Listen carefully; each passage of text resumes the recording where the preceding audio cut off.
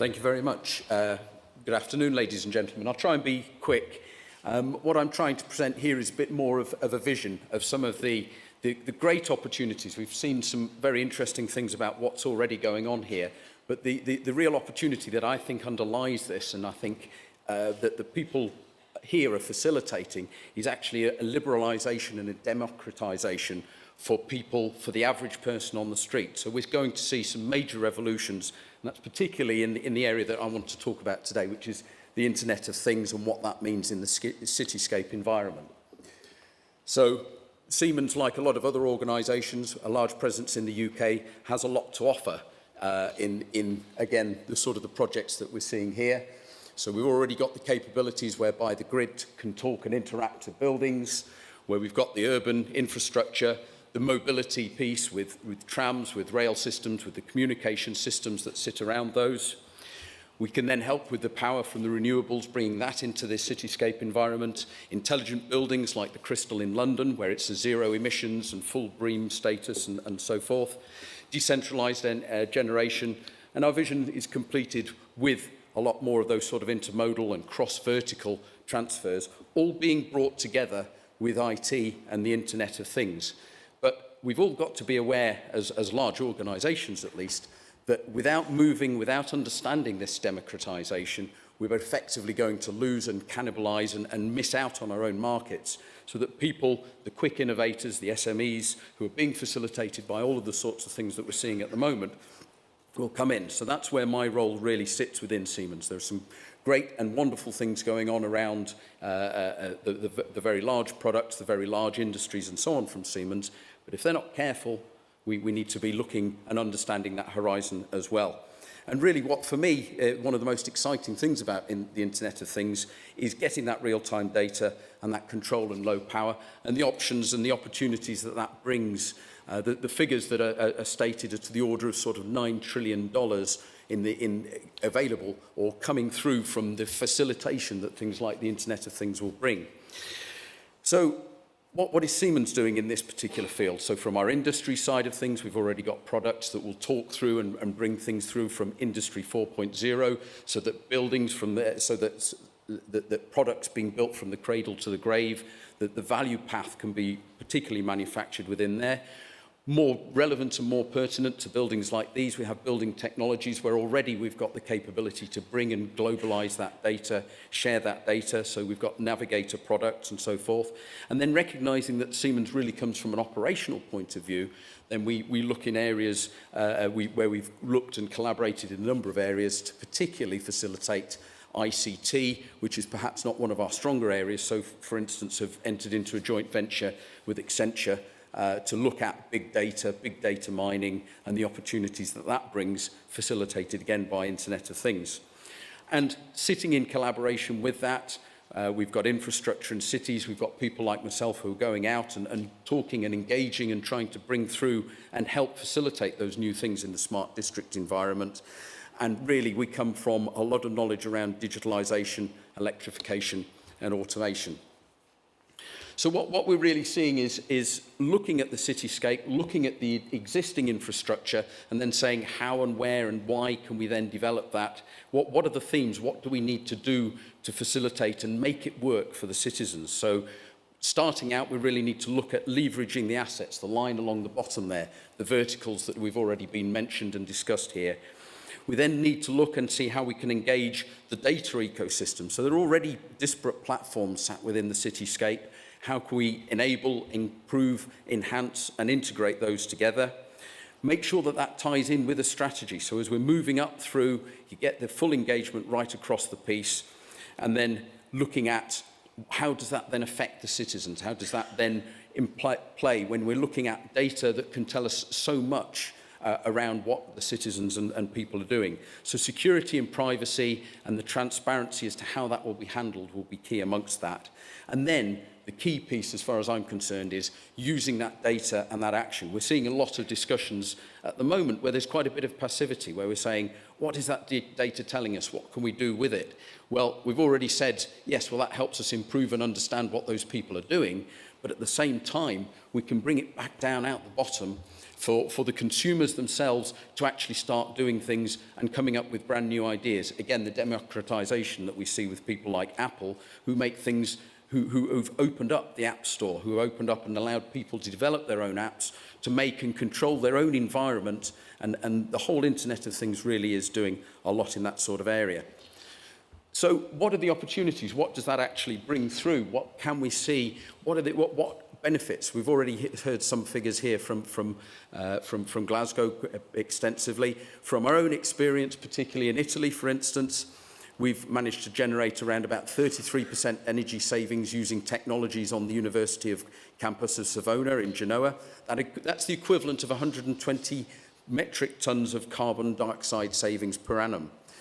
Closer to home, we've just completed the first stage of a project with the University of Kiel, where we're looking at the fact that we can save them around about 62% against their emissions on their targets, greenhouse gas targets. What does that mean in terms of the greater the community, the Stoke-on-Trent community, where we're looking at a figure of over 20 years of around about 80 million GVA. Then when we move on, how have we enabled that? So from the corporate, the centralised approach that Siemens has, we've got the microgrids, which allow us to play in central areas, bringing together lots of disparate technologies, some of them Siemens, some of them not, and we work with people here, so that what we can see is we can start to balance both load and generation assets, bring that through to the market, where then can start to be some capitalisation. Yes, we'll have to pay, or there will have to be a return for those people, but at the same time, we can see how that money through councils perhaps setting up ESCOs can return and bring money back into the organisation, into Treasury, and benefit the citizens, the fuel poor, and so forth. And that's one of the aspirations around the Triangulum project that we've got within Manchester. We're looking there at setting up with a number of disparate building resources. That's hospitals, a couple of the university buildings there. Could we even perhaps, as an aspiration, take it off-grid, run it as an ESCO, and actually make that for the benefit of the citizens of Manchester? Lower fuel bills, but at the same time still bring an income into the city for the new projects and so forth. And we see a number of different ways of doing that, whether that's going to be through solar, through the virtual power plant idea, and there are lots of technologies and lots of platforms. But again, we've got that open and that democratization that will enable there as well. And the final figures in terms of what that might mean through the Internet of Things include the fact of 1 billion devices already being connected, leverage that up, that we've got 3 billion mobile devices. Everyone has got at least one, if not two, mobile devices in their pockets. And the fact that very quickly that growth internationally means that by 2020 we're looking at 22 billion devices being connected. For Siemens, what's the value to this? Well, we have major aspirations to make that £600,000 in 1 year. But when you consider it's an £80 billion business for Siemens, and the opportunity being to play for $9 trillion US dollars, then you can see that the future is there, and the future needs to be engaged both by the big people and the little people. But I just want to re-emphasize the point that this really does come from the ground up. The opportunities to each and every one of you there. You can go out and buy a Nest boiler. You can go out and buy Internet of Things products that will already communicate with the Internet, share data, whether you do that actively through Facebook or whether you do that passively, and allow that to control your homes, to control aspects of your homes through the smart metering that is being rolled out and so on. The consumer adoption is going to be a big question around all of that. But we can already see a number of different areas where the Internet of Things is working across these verticals, connecting the cities, connecting the transport, connecting all of these things. And that maturity is there. So we've already got, as has been indicated, asset tracking, automatic meter reading. There's a great deal of promise around smart cars, fast charging, using storage to perhaps work in constrained areas of the electrical networks, smart homes, the Nottingham Notch project, where we'll basically be saying, build some new homes, and you as a consumer can choose, as a buyer of the home, what products you want to be in there and what models will need to be built around that to allow those models, to allow those homes to work effectively out on the market.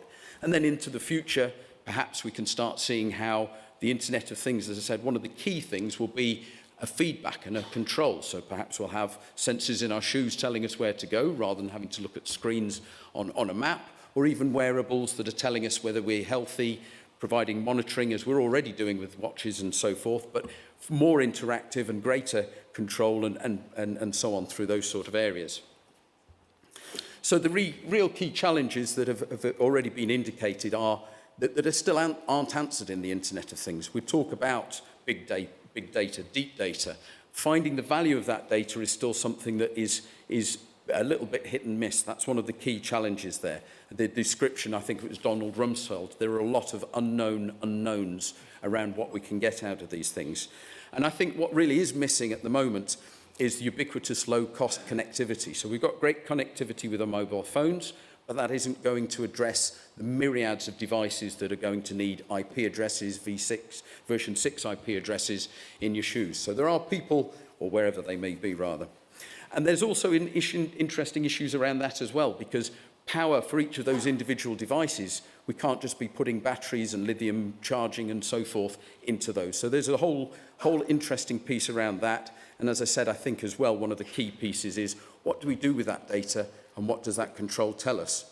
So where those challenges really particularly come to the fore in the energy sector is in getting the skill development. There's been a lot of, since privatisation of the electricity industry, a significant lack in the training and so forth that has gone on there. This is going to be compounded by the fact that we now need our electrical engineers to be able to understand IP addressing, to be able to interconnect. It's IEC 61850 is the standard in the energy systems, but then as well, stepping outside of the comfort of the substation to work out what this actually means on a case-by-case basis for your smart meter in the home and so on. And it's making those connections across all of these disparate businesses and disparate sides. And there's agility and experimentation that needs to come with that. So this is why Siemens has been engaged so heavily with things like the Horizon 2020 funding and a number of other areas.